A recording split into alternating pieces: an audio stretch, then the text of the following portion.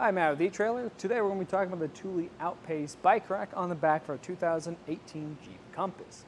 Now this is going to be a great option if you're looking for something that's going to be more compact, not only on the back of your vehicle, but in your garage too, when you're storing it, and it's going to be really easy to use.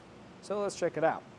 The place where I like to start is with how this bike is interacting with your vehicle today. Because that's the big point, is how this rack's going to really live with you and your lifestyle. So if you're on any type of bumpy road, this might move around some, but you can tell we have a good distance from our vehicle where we're not going to make contact. Now we can't open up our hatch at the moment, but we can if we tilt this back. So all I have to do is pull on this strap here, that'll tilt. Now this one have a pretty good tilt, even with the capacity to hold your lighter e-bikes. And we can open this up once I find that handle here. Oh, there it is. And this would be great if you need to access back here. So if you want to get ready for your ride, you can take a seat here, tie your shoes, grab your helmet, or even put away some groceries. And once you're done, you can put this in the seated position. All I have to do for that is to lift up on it until it clicks, just like that. Now if we want to take a closer look at it, I'm going to remove my bike. So you're going to have two straps, one in each tire. I like that because it gives us a really good hold. And these also ratchet if you go in the opposite direction, which is pretty unique. Now with that done, we can remove the last one, which is going to be making frame contact here. And if you're not a big fan of frame contact, I would recommend checking out the Thule Outpaced bike rack, because that one can also mount to your tire instead. So if you have a carbon frame bike or alternative frame bike, it's going to be good for it. Now if we take a closer look at these cradles, they actually have the ability to pivot inwards. They can actually pivot inwards and store here instead, which is pretty nice for saving you space, but I actually like to keep mine facing out. And I'll explain here in a second. First, let me put this up and lower that. And here, let's get a couple measurements. So the first measurement I'm going to get is going to be our ground clearance.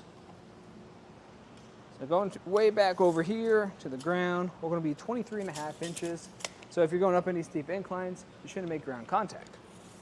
The total distance it's going to sit out is going to be a little bit over 25 inches, which is really compact for a 2 bike rack. Now we can even save more space, and this is why I recommend keeping those cradles facing out. I can show you why here in a second. Let me adjust this so we can save as much room as possible.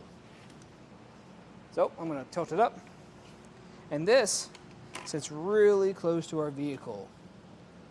If you don't adjust everything just right, it might even make contact. Let me put up the strap too, because if you're driving around, you don't want this making contact with your vehicle either. Now, with it in this position, it is going to block a few things. One of the main things it is going to block is probably going to be your backup camera. I'll show you that here more in a second. There we go. So your backup camera is going to be right here, and it's not going to be completely obstructed. It's going to be partially, but I'd recommend sticking to either using your back window or your mirrors. Your license plate is also going to be partially obstructed too, but if you're around it, you should be able to see it still. And our taillights won't be obstructed in this position either. And then for the total distance it sits out, this is only going to be right under 8 inches, so that's really compact for a 2 bike rack. Now let's talk about how this is going to install.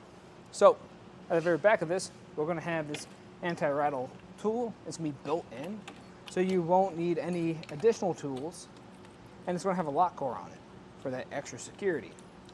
And this is going to affect our 1 1/4 shank right here. Now our 1 1/4 shank is going to have a 2-inch sleeve adapter on it, and that's why it can go into our 2-inch hitch receiver. It can also go into your 1 1/4 receivers too though. And we're going to have a hook, but I can show you that a little bit more if I take this completely out. This is how it's going to operate, just like that.